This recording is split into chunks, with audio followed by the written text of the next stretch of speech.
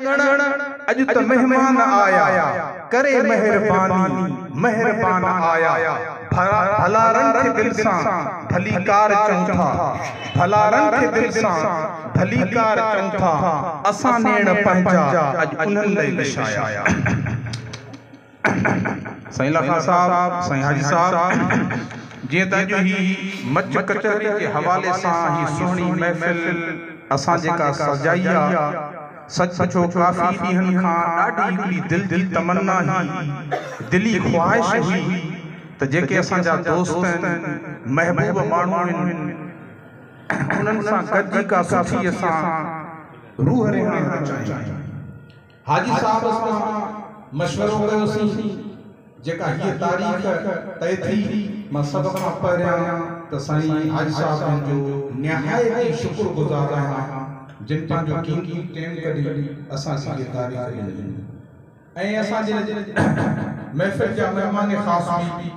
मोहतरम जनाब अलहाज इमदादुल्लाह फरफुको साहब जना आहिनि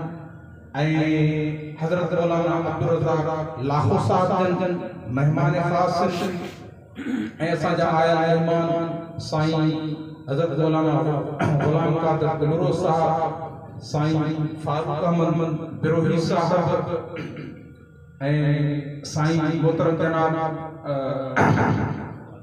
कादर दादा शर साहब मोहतरम जनाब भाऊ कलीमुल्लाह फुलपुर साहब साईं असांजे महफ़िल में असांजा साबिक़ होम मिनिस्टर उन्हनि जा सौट मोहतरम जनाब सैयद सियाल साहब जा सौट आहिनि सरदार मोहम्मद खान सियाल साहब बि असांजा महिमान ख़ास आहिनि ऐं उन्हनि सां गॾु आयल असांजा मोहतरम जनाब वसीम अहमद खान सियाल साहब भी असांजा महिमान अल्हम्दुलिल्लाह असांजी दिल जी तमन्ना हुई छो त मच कचहरी असांजे सिंध जी सकाफ़त ऐं तहज़ीब ऐं सुञाणप रही आहे। बाक़ी दुनिया जे अंदर जेके मच कचहरियूं हलन थियूं सिंध जे अंदर किन में राग आहे संगीत आहे दुनिया जूं सचूं कूड़ियूं कहाणियूं मुख़्तलिफ़ क़िस्सा आहिनि लेकिन असांजी हिन कचहरी में अल्हम्दुलिल्लाह हमद हूंदो नात हूंदो अल्लाह जे रसूल जी ॻाल्हि हूंदी इंशाअल्लाह महिमान वारे वारे तव्हां सभिनी खे ॿुधाईंदा रहंदा। साईं लाखा साहब असां तव्हां खां कुझु हाल पुछण था चाहियूं। साईं हाजी साहब असांजा महिमान आहिनि तव्हां सिंध जे हवाले सां मच कचहरी जे हवाले सां अल्लाह जे रसूल जे हवाले सां कुझु ॿुधायो। असां वटि माशाअल्लाह असांजा मशहूर बेताज नाथा हज़रत मौलाना अलहाज इमदादुल्लाह फरफुको साहब भी मौजूद आहिनि अल्हम्दुलिल्लाह उहे असांखे नात ॿुधाईंदासीं कुझु हाणे तव्हां पंहिंजी तरफ़ां तमामु ॻायो असांखे जेको हाल वठणो तव्हां खां पुछो थिए बहरहाल वरी बि आख़िर में मां पंहिंजे तरफ़ां हाफ़िज़ अहमद खान ऐं वकील अहमद जे तरफ़ां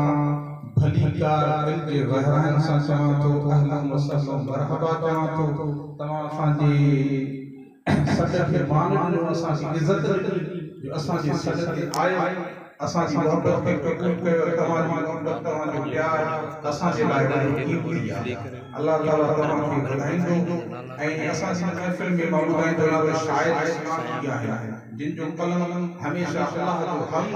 ऐं सुने रसूल सल्लल्लाहु अलैहि वसल्लम जी सना लिखंदो रहे थो। अल्लाह ताला जी ज़िंदगी में अमल में बरकत विझे थो। हाणे पाण कुझु कचहरी जा हाल हवाल बि कई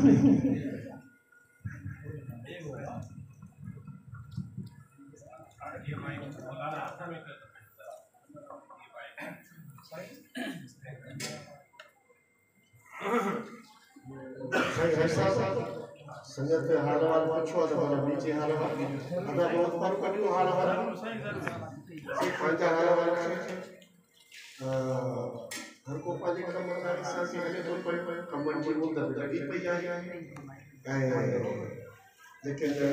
सारी हर जी चुकी वई कल खुटियूं चंगियूं आहिनि अल्हम्दुलिल्लाह सुठी ॻाल्हि आहे। साल में जो कोॾे जेको मिलणु खपे इहा ॻाल्हि आहे साईं ग़रीबनि भाणनि चेलियूं भाई सभु चिबियूं करे छॾियूं हा जेतिरो ख़र्चु थिए थो पियो तमीअ में ओतिरी उपत कान्हे हुजण जो हुजे कमाकार साजी हमें आज के बाद प्रोग्राम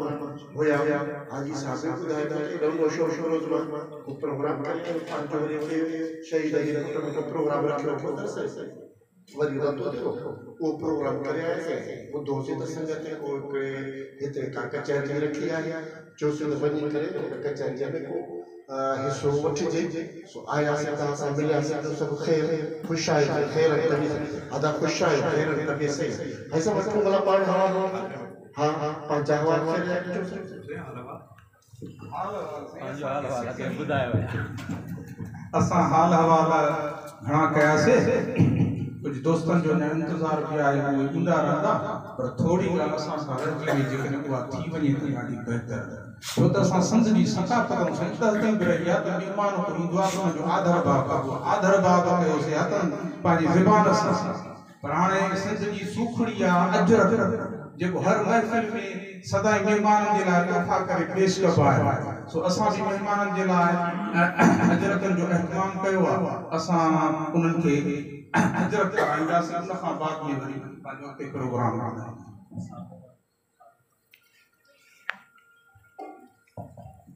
हाजी साहब जी वॾी महिरबानी वॾी ॻाल्हि हाजी साहब नसीहत